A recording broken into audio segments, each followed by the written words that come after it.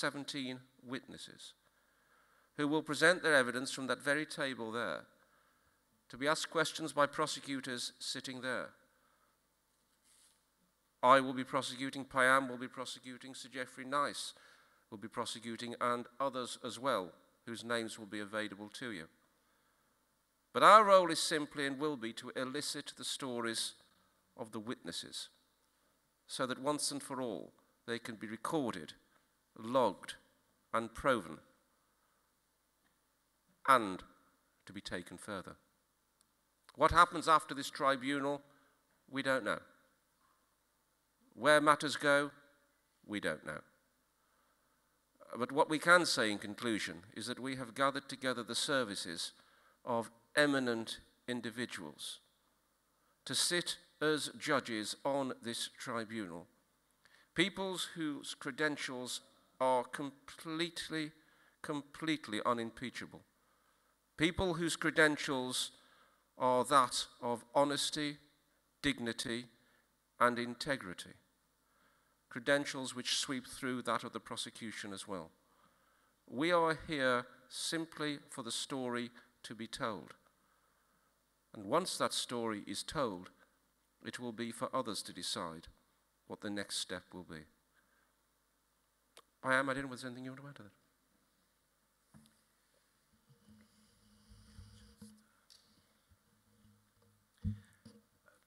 Further to what my esteemed colleague, Mr. Cooper, has said, I just want to make some brief remarks. I think the first point is to recognize that this is the initiative of the families of the victims and the survivors of these atrocities.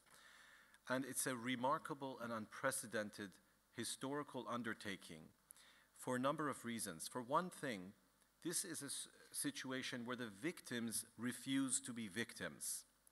They are showing that they will never forget, they will never surrender their struggle for justice, that 20 years, 30 years later, the violence of the regime cannot silence their cries for justice. And this is also, I believe, a triumph of the human spirit. It shows that when you trample on people's dignity for want of power, that you will not be able to succeed in the end. People will come back, they will never forget.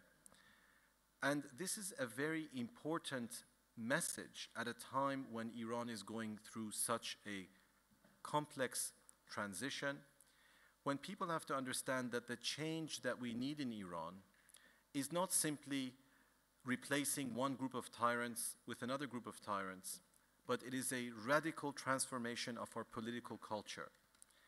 A culture of violence, tyranny, and deception must be replaced by a culture founded on respect for human rights, the rule of law, and the beginning of that culture is for the people of Iran, in solidarity with the international community, to send the message to the leaders of the Islamic Republic today and to whoever may be in power tomorrow that they are accountable to the people for human rights violations.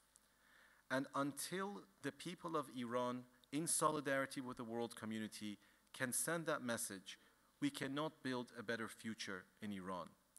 So this initiative, while it looks at the past, is really about building the future.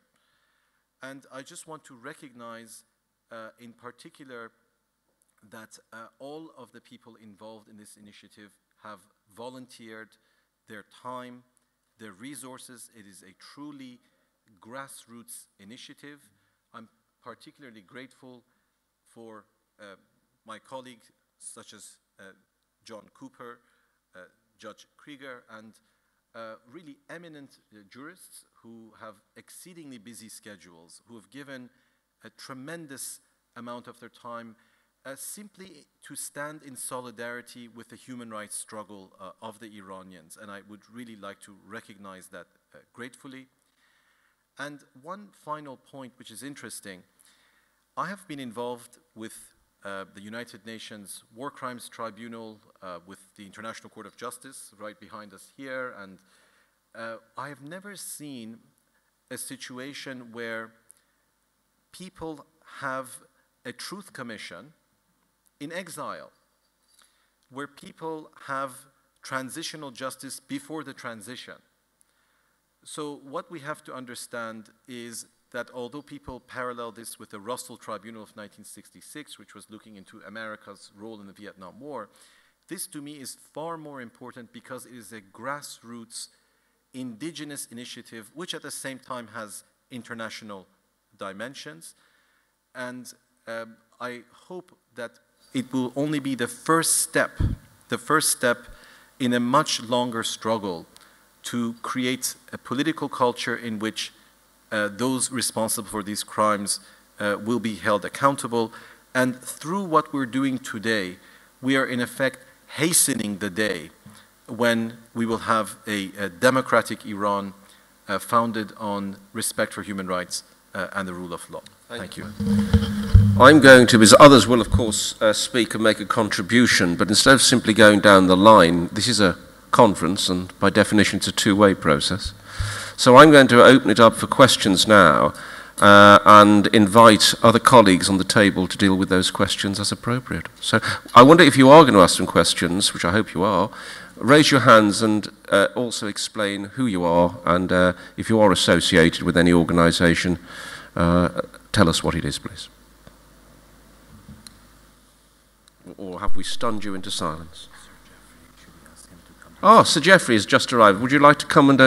no, with a very nutty white scarf, I see. But Sir Geoffrey, who I mentioned a moment ago in his absence as one of the key prosecutors, has just stepped to the door. So that's three of us, and I think there are others in the room as well, I know. All right. I just need some questions from you. Any questions? All right. What's the weather going to be like? Or is it clear? Thank you. When are you going to start working after these days are over? Are you going to start working? Are you already starting to work? Or still Work in what capacity? What do you mean? collecting the witnesses? Yes. Hamid, maybe you can deal with that, and then I'll go along the table if anyone wants to contribute. The tribunal will hear some 19 witnesses. They will also receive the report of the Truth Commission, and at the end of the hearing, which is on Saturday, then the judges would have a deliberation session, and if it is possible at that time, they will issue an interim or preliminary judgment, and a full judgment will then be issued within 45 days or 60 days after that. But they have first to hear the evidence before they can make a judgment. Thank you. We're trying to keep the proceedings as forensic and legalistic as we can. The Republic were invited to send a representative, I should say, but that's not happened.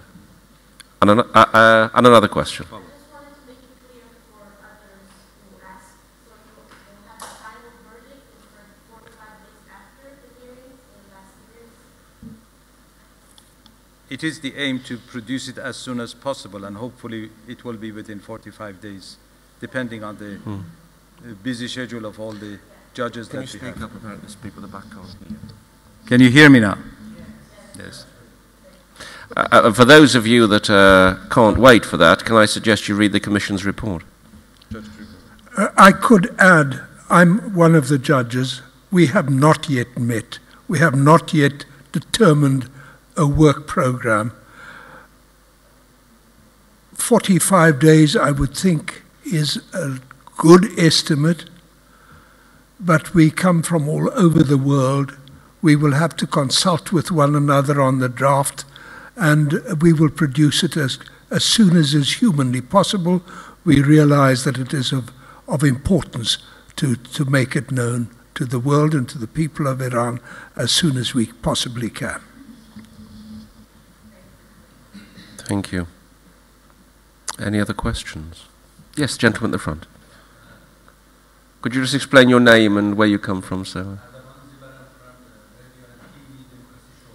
Thank you.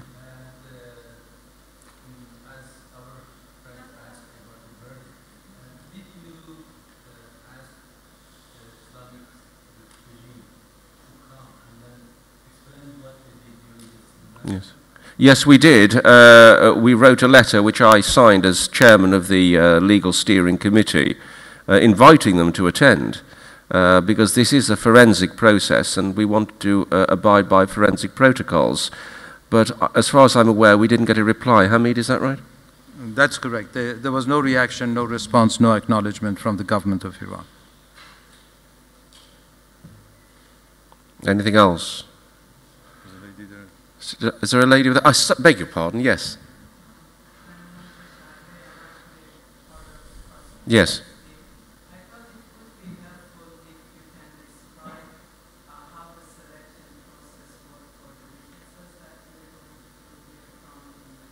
By all means. How do you want to deal with that? The selection process of witnesses? I actually, yes. Yes, the question is regarding the selection process for the witnesses, and of course there were about 80 witnesses at the London phase and just under 20 at this phase. So we have about a total of 100 witnesses, and I would say the organizing committee had a very important role to play in guiding the steering committee in that selection process, given that these are individuals that for the past 20 or 25 years have had very close ties to that community, which is now spread across the world. And it's a real challenge to be able to identify the appropriate people and to ensure both that those people are representative of a broad cross-section of the victim community. And I think one of the great successes of this tribunal is that you do not see victims simply from this or that political group or this or that ethnic or religious group.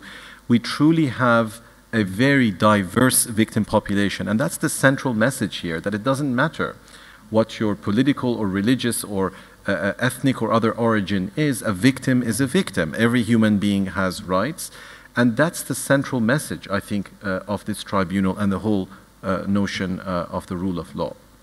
I'll add a little detail to that as well in terms of witnesses. We've endeavoured to ensure that the witnesses who give evidence to the tribunal are different on the whole, if not in totality, but certainly on the whole, with the witnesses who gave evidence to the Commission.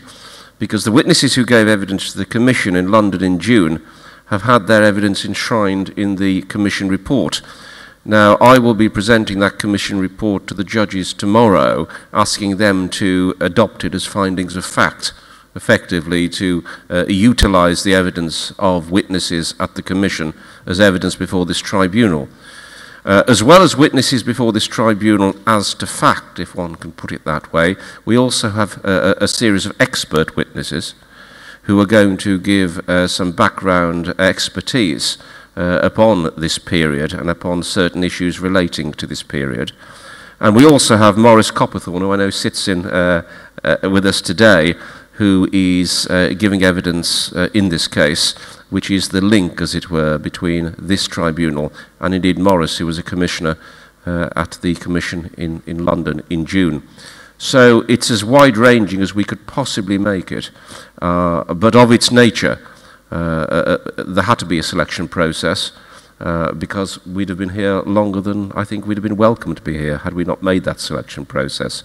But overall, we hope that the witnesses, the 75 or 80 or so heard in London, and then 18 or 19 or so that will be heard during this procedure, will present a broad cross-section of all the issues we seek to raise. Anyone else? Yeah, yeah. You haven't actually said who you are. I know who you are, but let's not be too intimate about it. Can you say who you are and where you're from, as it were? I'm working for the tribunal. I'm a reporter. I have some questions. My question is regarding the communities outside the Iranian communities. For example, human rights watches all around the world, or even UN NGOs or whatever. What were their responses to this? I'll start again, then I'll go down the line. As I've indicated before, we've been, certainly initially, it might have improved and others can bring us up to speed, but initially the United Nations showed little interest. And I'm not going to mince my words. One of the reasons 2 years ago one of the catalysts for this whole procedure, as far as the victims and the bereaved were concerned, was the United Nations inability, and I use the word advisedly. I'm not necessarily saying they didn't necessarily want to, and there weren't some people there that wanted to get in this issue, but their inability, for various reasons, to do anything about it. But there are other human rights organisations that have been very supportive. Amnesty International, for instance, provided the venue for the Commission, and Amnesty London were particularly very supportive over this. I'm a trustee, and Sir Geoffrey is a patron of Prisoners of Conscience in London, and it was through that organisation that I got involved because of my work on Prisoners of Conscience, and as I say, Sir Geoffrey is a patron of that organisation. So there are links there with certain human rights groups. There are others who haven't necessarily, to use the expression, come up to the plate. But I don't want to get too controversial or divisive at this stage. Another question regarding the same subject. How can any of the judges individually put any pressure on those international movements or I'll hand that over.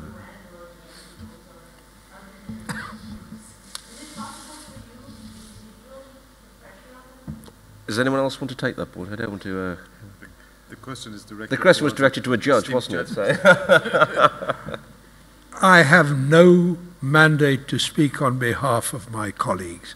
I can express my own view, which may change, having spoken to my colleagues, may change, having heard the evidence that is presented and the submissions that are made.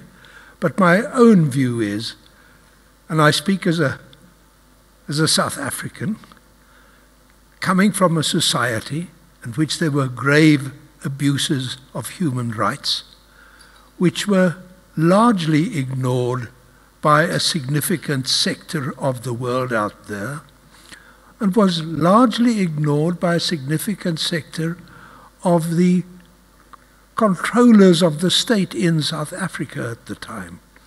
And when we had a Truth and Reconciliation Commission after the transition to the new South Africa, there were many thousands of people in my country, many of my own ethnic group, who said, we never knew this. If only we had known this, if the truth had not been withheld from us.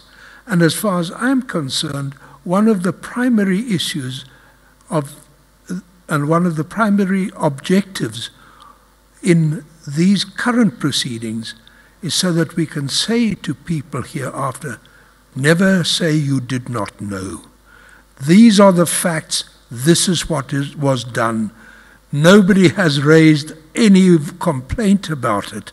Let us have the international human rights community speak now in a loud voice to say to the victims, to the next of kin and the bereaved, we hear you, we feel for you, we will work to ensure, if we can, that there is no repetition of this kind of gross abuse. Thank you. Yes.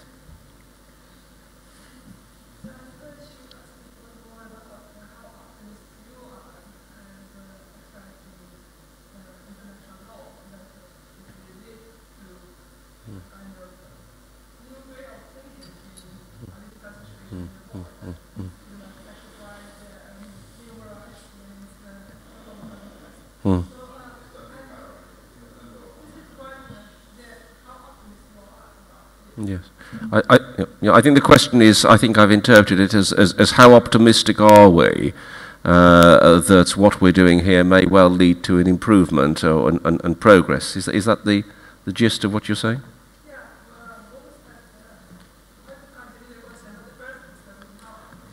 Yes. How well, yes. I am. I'm always guardedly optimistic. And I think my colleagues wouldn't be involved in what we've been involved in if we weren't hopeful that it is going to make a difference. I echo immediately what's just been said about the importance of bringing these matters to the attention of the international human rights community, and not just the human rights community, but to the international community. And I'm very optimistic indeed that what we've done both at the Commission and what we're doing here today and over the next 3 days will do that. I'm also optimistic that it will cause a momentum for reparation, but I'm using my words guardedly. I'm not going to sit before you here now and give you some naive pronouncement that what we necessarily do here today is going to cause an immediate sea change in the attitude of those who govern Iran and in the attitudes of any others. But what it does do is keep the pressure on. And what it does do is put the issue as firmly as we can, and it's very much with the help of the media, I have to say, so those of you that are here particularly, making sure that the issue is in the public eye. We've managed to get already in advance of this week some significant reportage all around the world, including Sweden. There was a very effective piece in The Guardian. Owen Boycott did a very effective piece in The Guardian. I know Sir Geoffrey has delivered an extremely eloquent lecture at Gresham College, which I commend if you can get the transcript of, about the general use of tribunals such as this to achieve a sense of justice, or at least to achieve a sense of progress, that matters, heinous matters, are brought to the attention of the international community. So I'm very optimistic that it is an important step forward. But I think to say anything else would seem both naive and ill-informed. I'm optimistic as to that. I have hopes as to other things, but that's about as far as I will go at the moment. Others may have a different perspective, and I'll open it up now.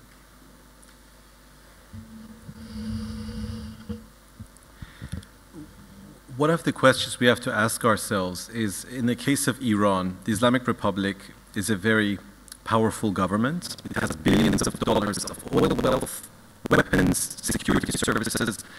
Why is a regime that is so powerful so afraid of the truth? Why does it spend so much of its resources to kill, imprison, and torture journalists, 18-year-old web bloggers, students, women's groups?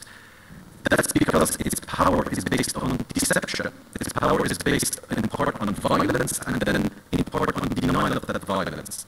So the fact that they are now beginning to attack this tribunal, to make all sorts of conspiracy theories to undermine it, is the best sign that it matters to them. If it didn't matter to them, they would completely ignore the whole process. So we have to understand this is a long historical struggle. We also have to see that in Iran in recent years it has reached a very important stage as our political culture matures, as the new generation rejects many of the ideological constructions and promises which earlier generation was given, and that what we're doing here, I believe, is of tremendous relevance in building the kind of political culture, the kind of discourse that we need to affect real change. And the fact is that when we look at the 1980s, we understand what I call the DNA of violence in the Islamic Republic today. We understand that the same people that were responsible for the death commissions that sent tens of thousands of people to their death are today sitting in the Iranian parliament, in the Iranian cabinet, in the Iranian Supreme Court. That begins to explain why there is a regime that uses such violence against its own people, and it begins to explain why just a few months ago, 25 years after the mass executions of 1988, they brought a bulldozer to dig up the bodies of the victims in Khabaran grave, the unmarked grave, and to take them because they're afraid even of the remains of the victims 25 later. So it's easy to underestimate the power of truth, and I think that when we say we need to speak truth to power, this is exactly what we're doing, and I'm quite confident that it will have very important consequences, even if we can't see those immediately. Maybe it's the clash between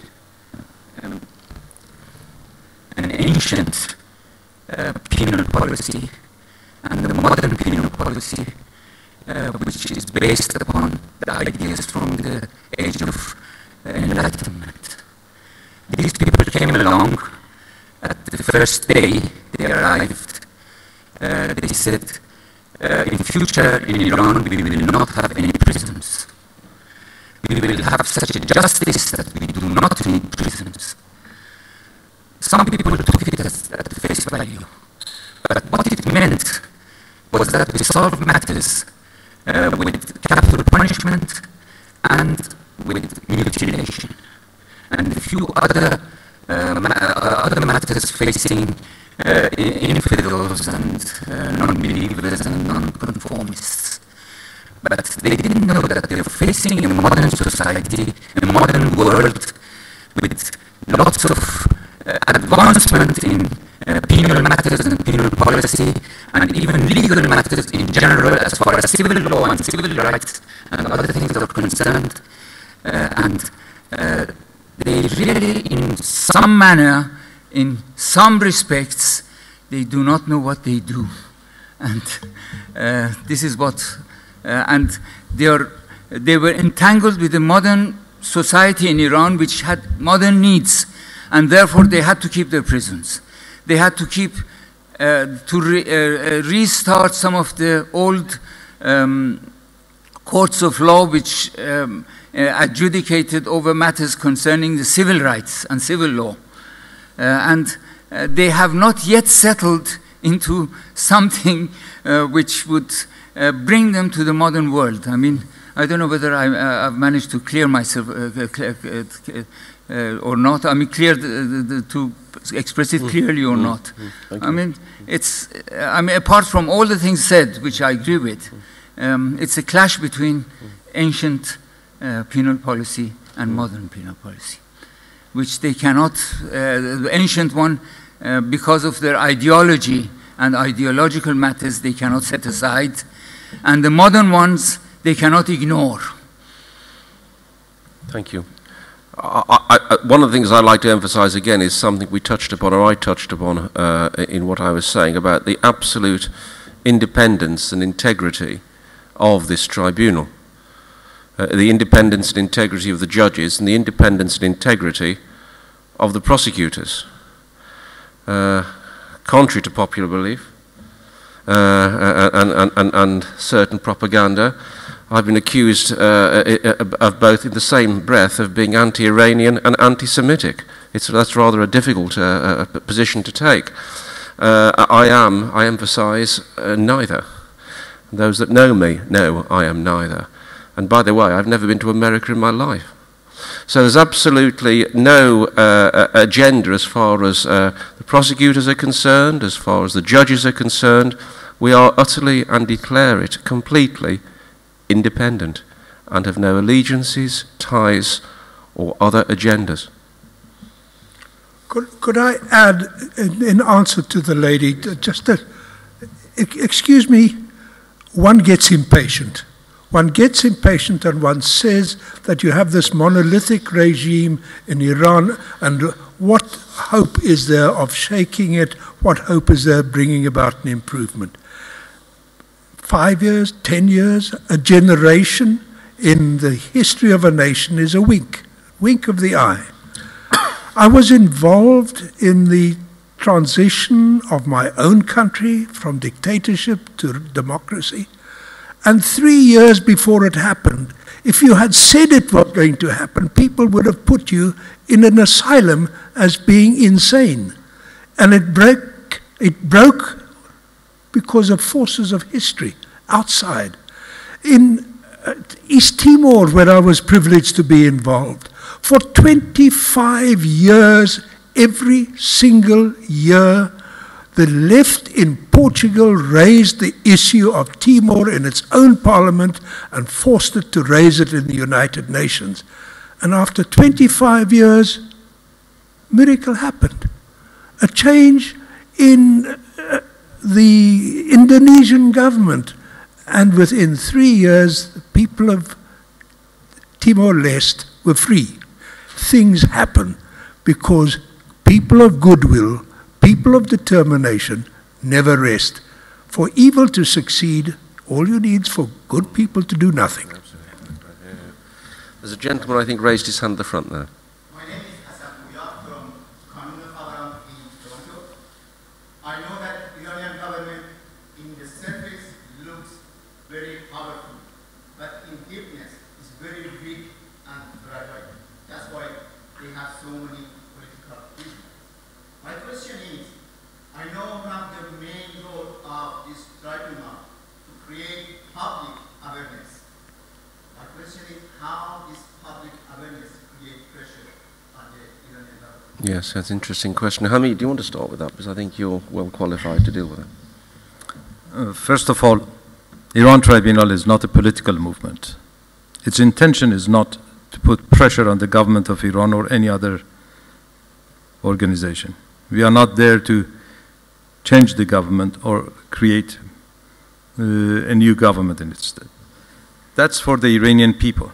The only thing that we are doing, as Judge Krigler said, to bring this to the open so everybody knows what has happened, and if they choose to stay with the same government, it is their choice. But then they cannot say we didn't know. That's the whole point. We are not doing more than that. The rest of it is not for us, it's for you and the people of Iran to decide.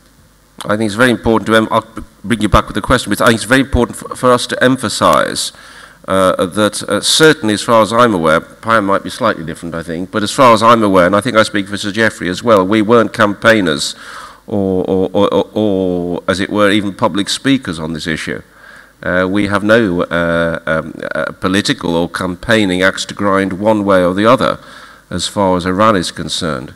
We are here entirely as professional forensic lawyers to present the evidence, allow it to be documented, allow it, if appropriate, to be tested, and allow a panel of eminent and distinguished judges to rule upon it. That is our role. I have never and will not enter into any political campaigning one way or the other as far as the Iranian issue is concerned. That is a matter for others. But you had a question. I think I didn't explain my question. It was not my question. My question is, awareness by nature creates power, creates pressure. Many people across the world didn't know what happened during 1980. Now, because of this Iran tribunal, many people realize that what happened. So that increased public awareness. My question is not because of you guys. You did main goal, but as a result, public awareness increased. My question is how this power of awareness creates pressure on. Yes. Well, I'm certainly, I'm not avoiding the answer or the question, because I'm going to hand it over in a minute to others. Passing the buck, I suppose you could say. But no, I'm not doing that. I'm not qualified to answer that question, because, as I say, my role is very, very distinct and limited to the process of presenting and analysing the evidence. But it may well be others may be able to develop it. I think it's very important for us in Iran and really for all other societies to understand that law and politics at some level occupy different spheres. Our job here, as my colleagues have said, is to present evidence and legal arguments. And one of the good things about the process is among the 80 witnesses that came in London, people didn't come to chant political slogans.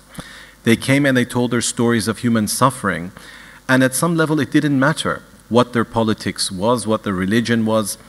So what we're doing is contributing to a culture of human rights, rule of law, simply by restraining ourselves and focusing on presenting a legal case before a panel of eminent and impartial judges.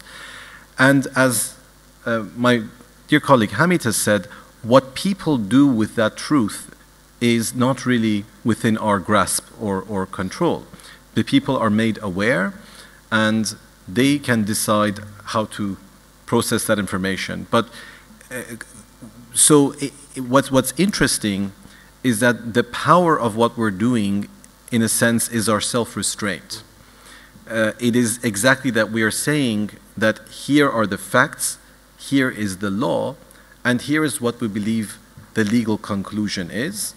We ask a panel of independent judges who, as John Cooper said, are beyond reproach to come to their conclusion. We do not control the process. We do not dictate to them what we want them to say.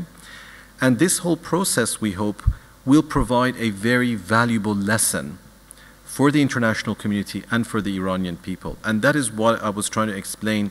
This is a question of creating a new culture, a culture of awareness, a culture of accountability.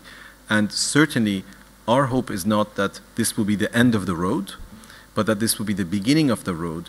And we realize that we're not controlling that process. Everyone has their own initiatives, everyone has their own ideas of how to carry this struggle for justice forwards. I think it's very important to emphasize this. As I say, I've been chairing the legal steering committee now since its inception 2 years ago, and those on that committee will know, Hamid and Babak particularly, I have been assiduous during that process in dealing with the issues forensically. And the moment that anything started getting a little political or a little campaigning, as it no doubt naturally would, because there are people here who have been sorely, sorely abused through what went on in the 1980s. My role has been to keep that, if I can use the expression, in check on the legal steering committee to ensure the integrity of the legal process. And that effectively has been my role and the role of the other lawyers as well, to maintain the legal forensic integrity of this process. It is a matter for others as far as the campaign's concerned. It's also right to say, though, that the timing of this tribunal, I think, is important in terms of general attitudes to setting up of people's tribunals, if I can use such a loose expression. Domestically, back in the UK, those of you keeping up with the news there will know, for instance, of the Hillsborough Tribunal. Someone who was very heavily involved with that, Mike Mansfield, is one of our judges. There is a trend at the moment of extrajudicial, extra-legal tribunals being created, both domestically and internationally, whereby the people, the bereaved, the victims, those that feel that they have been wronged, are taking initiatives into their own hands. And I think there's an interesting debate to be had in due course, and one which I was having only this Sunday in an organisation called the Battle of Ideas in London. There's an interesting debate to be had about the growing trend now of victims, the people, taking control of reconciliation, cathartic processes, tribunals, putting the truth out there. And if the created establishments, such as the UN and national governments, won't do it, I think in the next 10 years we may see a growth of so-called people's tribunals, of which this and others are but early examples. Let me take this lady and then I'll take you. Yeah? Yes. One of our prosecutors again.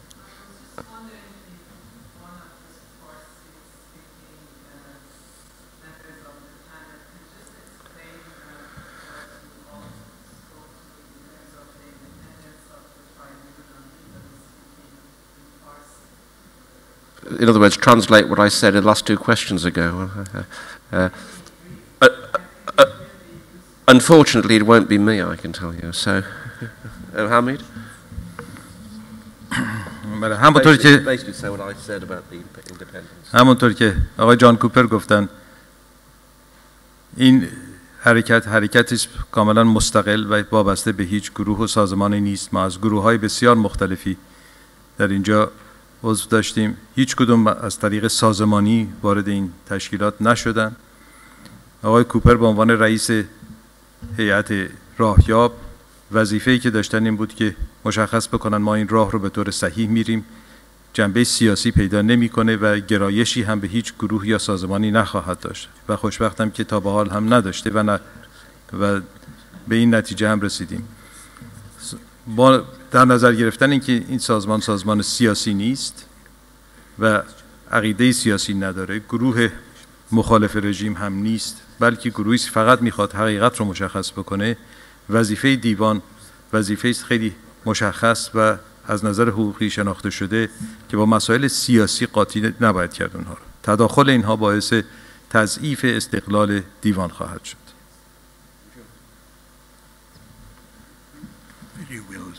I'm tempted to say I agree, but I'm not sure a word he said, but I presume that was what I said. Only the Farsi speakers will know. Yes, yes. Yes, this lady here, yes.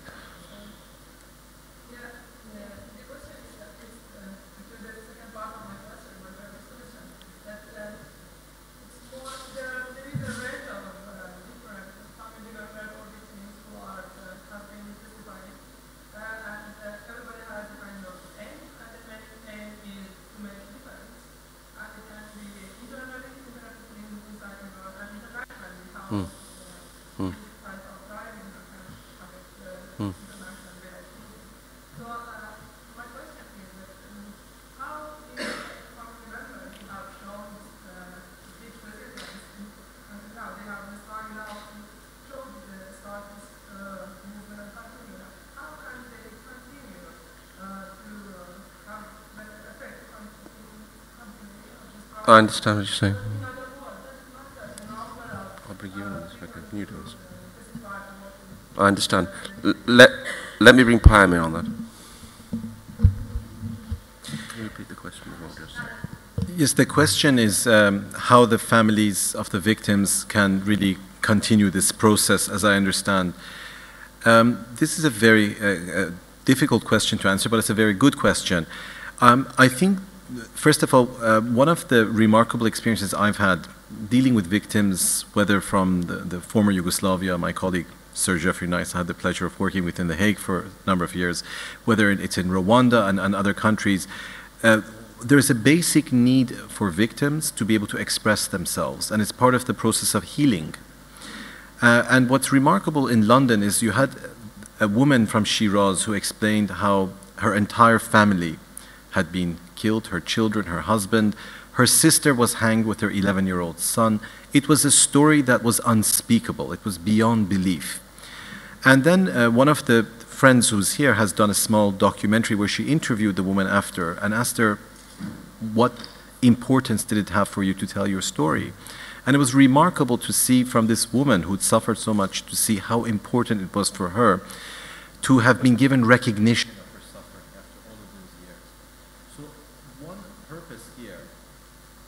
One purpose is healing, and we need to heal as a nation. When you think about every victim has a mother, a father, a brother, a sister, a schoolmate, a workmate, the violence is not just against the victims, it spreads in society.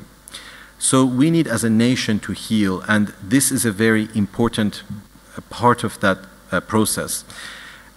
Beyond that, I think, as I tried to explain earlier, this is just the beginning of a process. We've had for the past 20, 30 years victims groups. They've written books, prison memoirs, works of art, some of which we see outside, films. There are many different ways of creating awareness and helping the process of healing and helping the process of transforming our culture from one of violence to one of justice. I hope that this tribunal will make a very important contribution that will take us significantly closer. One of the remarkable victories is that at the first session in London, we received a very extensive media coverage, which I hope will also be the case this time. Never mind Voice of America and BBC and the usual suspects, but Manoto television, which is what the young people in Iran watch because it's not about news, it's about entertainment, had a 20-minute mini documentary about the tribunal. 75% of people in Iran are under 30 years of age. Millions of them watch that program. So now we've created a space where people are speaking. There's a dialogue about the past. People are saying these things happened, we didn't know.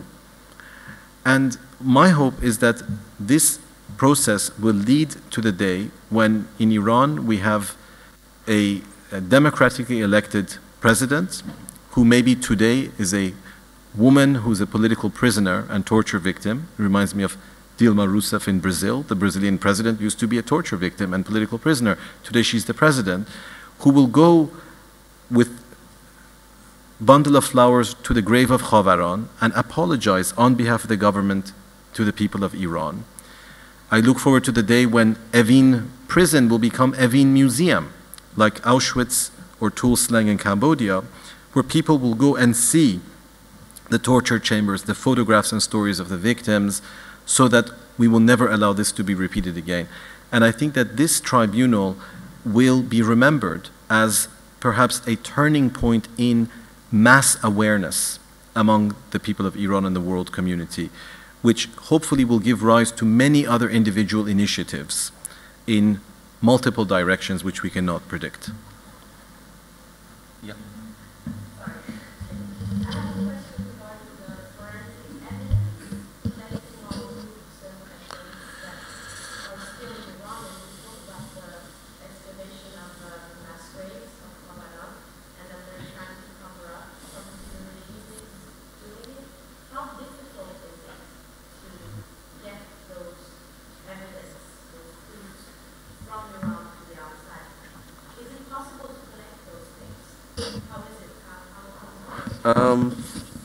Hamid, would you like to do that? We will never be able to collect all the evidence. We will never be able to uncover the entire truth. But we will be able to uncover part of it. And I think by this time, the tribunal had already, through the help of the Truth Commission, achieved a great part of this discovery. We will retain all this evidence, and on the top of that, people have started talking. They are providing more information. Don't forget that this tribunal, before we got here, there were 3,000 questionnaires filled by the victims and families. So we have an enormous treasure of evidence before us. And we will collect all these things, we'll preserve it. Hopefully when the time allows, more evidence can be uncovered than in Iran, and we'll then go and put proper names on each grave in Khabar. I think you want to add something to that. You know, we're dealing here not with a single murder victim. We're dealing with mass executions, mass atrocities, systematic torture. And no matter how hard a regime tries, it cannot possibly cover all of the evidence. And it is true that there is a lot more evidence, not just in terms of forensic evidence, exhumations and that sort of evidence, but also insiders, people who were once torturers, I was in Libya recently, and in Libya now you have a lot of people who were, former